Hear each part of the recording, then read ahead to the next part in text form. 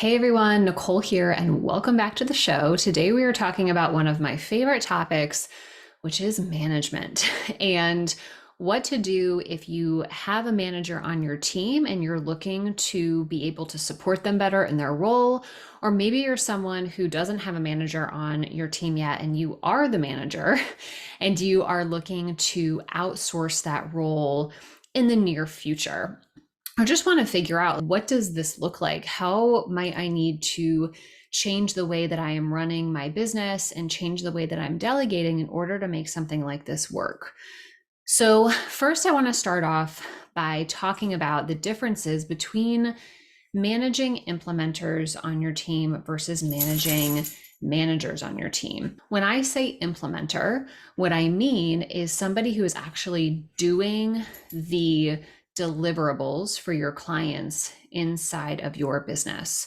So, for example, if you have a marketing company and let's say you offer copy services, design services, and strategy services. An implementer would be the copywriter that you hire to write copy, the designer you hire to do designs, the strategist you hire in to do strategy. And maybe, if you're like many of the agency owners that I know, maybe you're still involved in some of that client work and client delivery. So maybe you're still the one who's doing strategy. That's something that's pretty common for folks to hang on to for a while until they get to a point where they're ready to outsource that piece of it. And sometimes they never want to, and that's okay too.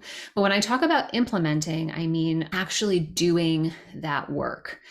Now, managers, on the other hand, someone that you hire to come in and actually manage and oversee the work that's being done and communicate with your team, with you, and with your clients. And obviously, the actual roles and responsibilities depend on where you are in your business right now, what your setup is, how many team members you have. I work with some agency owners who have multiple managers on the team and have a leadership team. So the actual setup can be different, but generally, those are the two types of roles I'm going to be talking about inside of this podcast episode.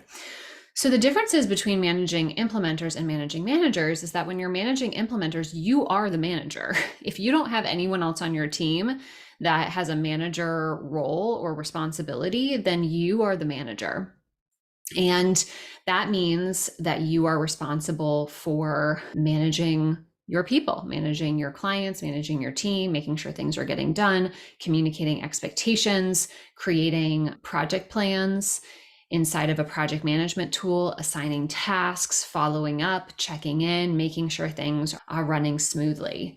So the role of a manager is actually making sure that things are getting done and managing the people and the processes to get those things done. When you have a manager, in most situations, they do that for you. Now, again, it does depend on your team setup. I have worked with some agencies that are larger and have different departments, and so some of those roles are broken up a bit. But generally, a manager's responsibility is to manage the people and processes to make sure things are getting done.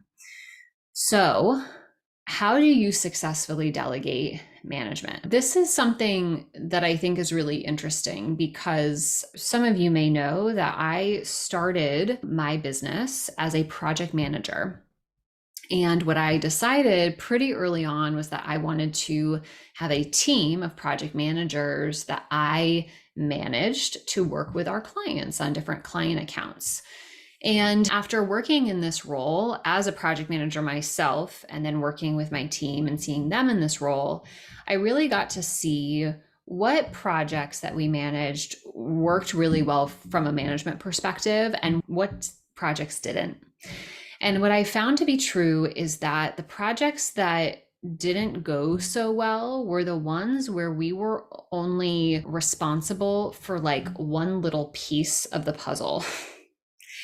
And especially when we were coming into organizations that were doing other things that we didn't even know about. And the ones that were the most successful was when we would meet with a client, they would share all of the information with us, we would be able to see everything, and we would really be able to own our role as manager. We didn't just have a piece of it, we were able to manage the entire process.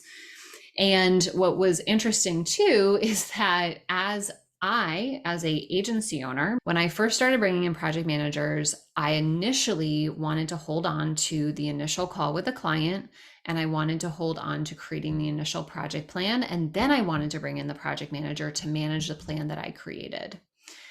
And what was interesting is that it worked okay, but I was still having to be so involved in every project because I was the one that had that initial informational conversation with the client. I was the one that set up the plan, and my team knew what I was putting in the plan, but they didn't really understand the full picture. So, what I realized very early on, because management's my thing, is that I really needed them to own it from the start. And it actually made them more successful. They had the ability to take more ownership in the role. And I still had to be the one that created what the scope of work was with the client so that we knew what was inside of the contract, so that those expectations could be communicated to the team. I still had to communicate what was important as part of our company in terms of what made a project successful that we were managing, things being done on time, communication happening, what was inside of our control, what was outside of our control, what were the things that mattered, what didn't matter. And I had to give that to my project managers. And then it was really my responsibility to coach them. And I think this is what can be a struggle for business owners that are looking to delegate management, is that first off, maybe you're in a position where you started your business because you were excellent at the skill that you delivered. Let's say it was copywriting, graphic design, accounting, insert whatever your specialty is. And then you realized you had to step into this manager role to run a business, regardless of whether you had team members or not, right? You still had to manage your clients, you had to manage those people. And that might have felt a little funky because that's not your area of expertise, something that you had to learn. And I hear from a lot of clients that it almost feels like, wait, but I was better at doing it, and now I have to manage this? Am I even qualified to do this? It was just a very weird experience. And then this next shift happens when you go to bring in managers, is that then you're responsible to lead them, and shifting from managing to leading. And I think one of the core, I want to say core qualities, but it could be competencies maybe, is to be able to move into the role of coach, which again can be a very strange experience for someone who's never had to coach before, especially if you started as a done for you service provider. Let's break this down a little bit. And I'm wondering if any of this is resonating with you right now, because some things may not, but we're going to dive into everything to make sure that whatever is resonating with you, you have some great next steps to take inside of your business with the managers that you either have or are thinking about hiring. So we talked about how to successfully delegate management. It's to delegate the entire role. And with that, to hire someone who can really own the entire role. This is sometimes where I get the question, can I promote someone internally who maybe was doing some of the implementation work to be a manager at the company? Is that possible? Or do I really need to hire someone from the outside who specializes in management to come in and oversee this role? I think it depends. And I say this a lot, which can sometimes be probably aggravating, right? Because you just want the answer. It totally depends on the situation. This is what I will say. Regardless, if you're thinking about hiring someone internally or hiring someone externally, write a job post. A job post will allow you to get really clear on what your expectations are of the role. And if you're not sure what the expectation should be of a manager, then good thing you're writing a job post, because if somebody comes into your business, regardless of their management experience, they're going to ask you what it is that you want them to do. What is it that you want me to take ownership of? Where do I have say? What am I touching? What am I not? Like, let me know. And so you have to be really clear on that as the business owner. It doesn't mean that it can't evolve as you work with them or get more knowledge, but you have to have an expectation guide to start. And having a job post and an application is a great place to begin.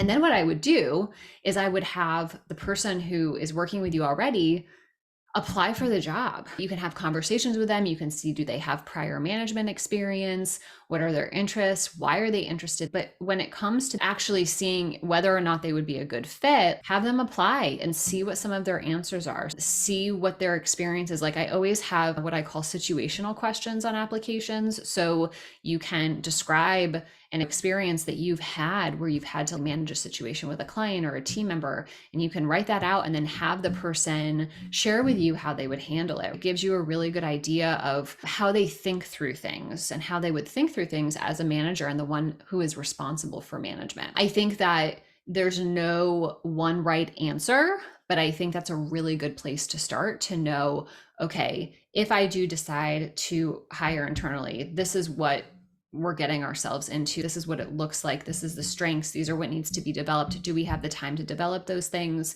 If you're hiring someone externally, the advantage may be that they have management experience, but they may not know your business as well. So you really have to weigh and evaluate that. And another thing to make delegating management successful is to have standard operating procedures. I think a lot of times people avoid having standard operating procedures and want a manager to come in and create them for them. And it doesn't mean that they can't help you with it, but there is a lot of intellectual property that you have inside of your brain when it comes to the work that you do. It's probably why you started your business in the first place. It's probably why you are getting referrals and renewals from clients. It is probably why you are wanting to grow through an agency model. It's because you have proprietary information on the way that you do business. And it doesn't mean that the way that you do business shouldn't change over time. I actually recommend that it does change. It's something that I call your foundations, the foundations of your business. You want to make sure that they are set up for team support and then they're audited and evaluated regularly. But there is a certain reason why people come to you. And so it's really important to have those SOPs documented, at least the initial ones that will allow people that you're hiring to be able to do their jobs. I remember the first SOPs I created, I think I was just recording my screen as I was actually doing client work. So I wasn't creating a project plan and then creating a fake project plan for an SOP. I was literally just like, hey, I just signed on this client. This was the conversation we had. This is what I'm building out. This is why I'm putting these tasks in. This is how I'm thinking through dates. And it was a lot. And it wasn't perfect by any means. Over time, as we got more clients and I got more team members, we actually were able to break down those videos into smaller chunks. And we were also able to have like a video version and a written version, and it was much better. But that's what I needed to get started when I did, and it worked just fine.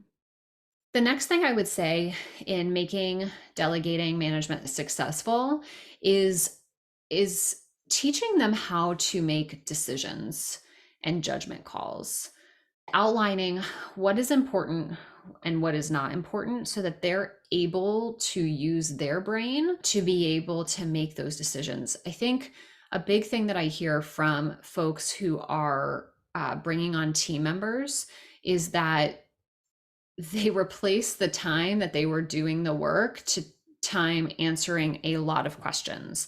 And I think SOPs helps with that to a degree. I also think that being really clear on what is important to you inside of your business and what is not when it comes to client work and delivery and management and customer service will give your team a guide for how they can make decisions for the company. And I think this is really important when it comes to managers, because depending on the roles and responsibilities you have for your manager, they are likely going to be communicating with your clients. They're likely going to be managing mistakes that might happen with your team. If there are deadline issues or delays, or the client wants to add something to the scope of work, your manager is going to be the one who is fielding all of those requests and then seeing what's possible and then being able to actually proceed and execute. And if they're not given that guide on how they can make those decisions, then they are going to be coming to you constantly, and you're going to be wondering why you even have a manager in the first place. And I say this from working with dozens and dozens of agency owners and helping them bring on managers, but also from doing this myself, from really learning from some of the mistakes I made inside of my own agency, bringing on teams. If a question came to me, I would say to myself, okay, how do I Give this team member the information that they need to never have to ask me this question again. What information do I need to give this team member so that they never have to ask me this question ever again? Or maybe anything related to this question, right? And so that allowed me to create what's important, what's not, so that they could take ownership over that area. It's not just about not having team members come to you because it takes up your time, but it's also allowing them to feel more confident in their role. It allows them to make decisions and feel empowered and have agency. And that's what managers need to be effective in their role. That leads into how do you lead a manager, which is like the next question that comes up. Part of it is shifting from you making all of the decisions and judgment calls to giving your team the information they need to make those decisions and judgment calls. The second piece of that is moving from manager to coach. So what does that look like? If there is a problem that comes up in your business and your manager comes to you, the first thing you can ask yourself is, okay, what information do I need to give to my manager so that they feel comfortable handling these problems in the future? But maybe there's some problems that they come to you with that you want to know about. I think that's where sharing what's important and what's not is really helpful. So sometimes giving someone a guide, I'm just going to make up an example where it's okay, if you're working with a client who is in this particular package and they want to add an additional piece of scope to that package, go forth and let it happen.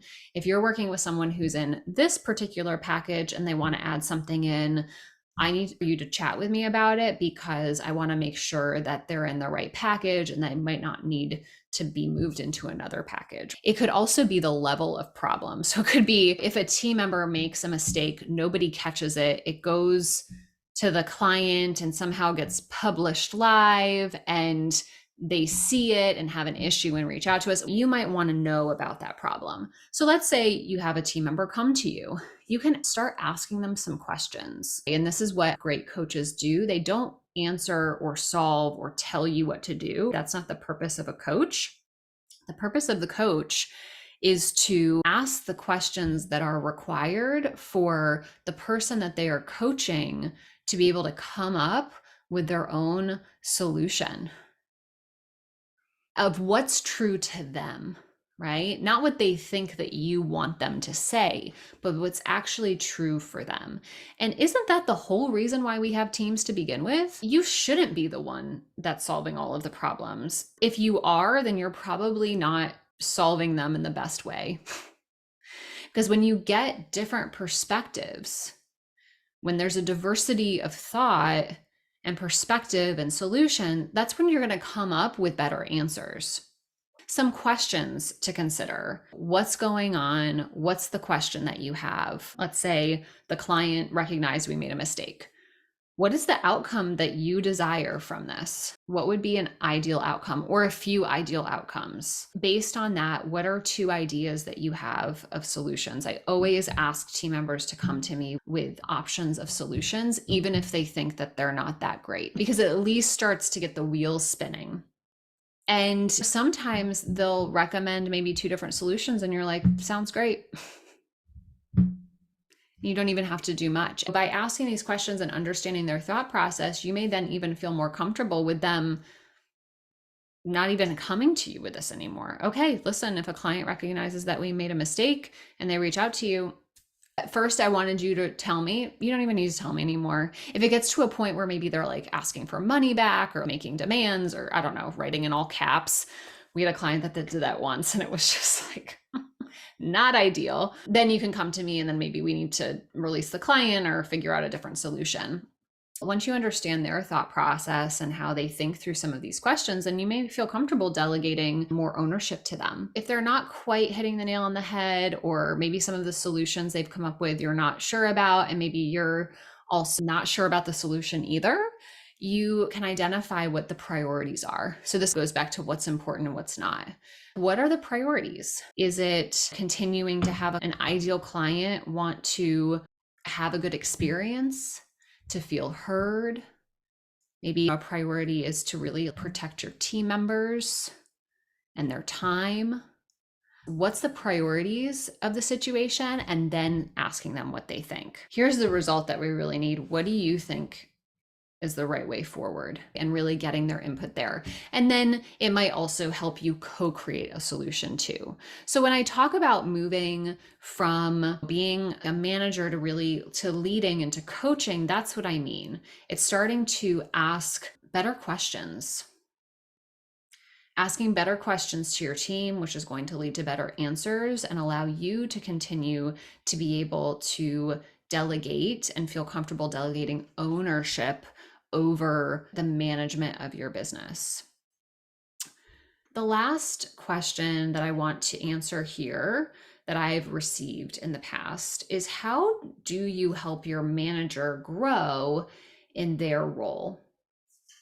There's a few things here just depending on your particular situation. So sometimes people, they hire in managers to oversee the work, to oversee the people and the processes, making sure things are getting done.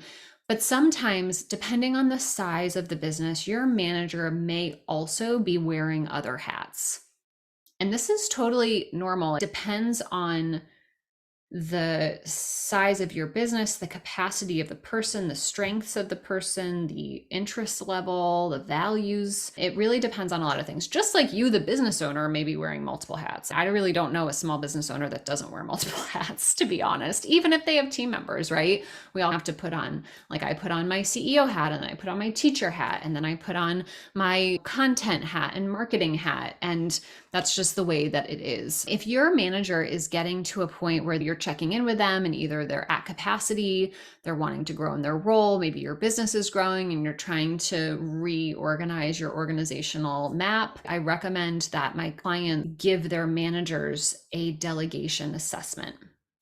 This is something I have the business owners do when we first start working together to really understand what needs to come off of their plate and when. I have them do the same thing for team members, specifically managers. Even if all of the tasks fall under managerial work or admin work, really having them list out everything that they're doing and then assess it in a few different ways. I'll mention two of those ways because they're easy to understand in a short form situation like a podcast episode. So the first is how they feel their skill level is at it. Are they great at it? Are they not so great at it? Are they in the middle? And then if they like it or not, their preferences. So if it's something they really enjoy, if it's something that they don't really enjoy. And what I always say to people is, this assessment is for you. I think it is helpful for them to share what they've done with you. But sometimes people are a little bit more honest when they feel like someone's not looking over their shoulders at what their numbers are. Those are two different evaluation points that you can have when doing this exercise. And so what's interesting about this is that you start to get levels of each of these tasks. And oof, this person is not really skilled at this. They don't really like it. This might be something that needs to come off of their plate next, so that they can then be able to help you at a greater level. That's the point. It's, if you're going to be taking things off of their plate, what are they going to be doing with that time back? And I'm sure that you can probably understand this because you probably went through the same thing. So really understanding, all right, if I do want someone to grow in their role, what does the evolution of this role look like at my company? I think sometimes we just want like a map. What do I do when it comes to an agency model? What do I delegate first? What do I delegate next? When I bring on a manager, what is their roles and responsibilities? And while of course there's examples, I firmly believe that giving people assessments and frameworks that they can then customize is the best way forward, because your manager, just like you, are going to have different strengths. They're going to have different preferences. I remember having a project manager on my team who, she's like, I really like project management, but I actually like doing some of the marketing work. I like creating social media designs and I like doing some of these other things. And so when I shifted my business model from doing project management only to doing coaching and teaching, she continued working at my company because at the time I needed somebody who was able to do management and some implementation, and it was a match with some of the things that she enjoyed. Now, if I were to talk to another project manager who did not like implementing and just wanted to manage, they might not be the best fit for that. You really have to meet people where they are and see if it's something that's going to fit into your organization. Being an agency owner myself, I have purchased the courses, I have purchased the templates, I have purchased the budget plans, I've purchased the what you should offer, and there's no cookie cutter advice out there that works for everyone. There's just not. And so having the framework, having these assessments and doing this alongside with your team is the most beneficial. The other thing I'll say about helping your manager grow into their role is having opportunities for additional learning. This is something that everyone should do. One of my values is that we're always learning. And I think that in order to continue to run and evolve a relevant business, you need to constantly be learning. You need to be evolving. You need to be changing things up. There's not this like destination. And the same thing goes with management. One of the things that I decided to offer inside of my program is a place for managers of agency owners to be able to get support. Because first of all, I love managers, if you couldn't tell, but I also realized that there's agency owners inside of my program who should be leaning on a team to implement some of the things inside of the program. So I'm like, you know what? Let's bring on the managers and they can have access to this. They can be learning along the way, and then they can even have a space where they can ask questions and mastermind and have discussions to be able to develop themselves as managers, but also to be able to get perspective from other managers too. When it comes to managing managers, what you're actually doing is learning how to lead managers. And by moving from being a manager and managing some of the actions of what's happening inside of the business, you're moving to being a coach. You're asking questions, which will help you and your company come up with better solutions. You learned that you really need to delegate the whole role for your manager to be able to own that role. And it doesn't mean that you don't have an onboarding process for your manager. I highly recommend breaking that down. It's not like on day one, they just take over everything. That would not work well, but you give them ownership, which allows them to really have agency, have a sense of agency inside of your agency, which will allow you to feel more confident growing your agency and delegating more client work, and to be able to fully utilize the team that you are creating. I hope you enjoyed this episode. It is one that I am very passionate about. And if you have any other questions around managers, please reach out to us. If you'd love us to cover a specific topic on this podcast, please reach out to us. I will see you back here next week.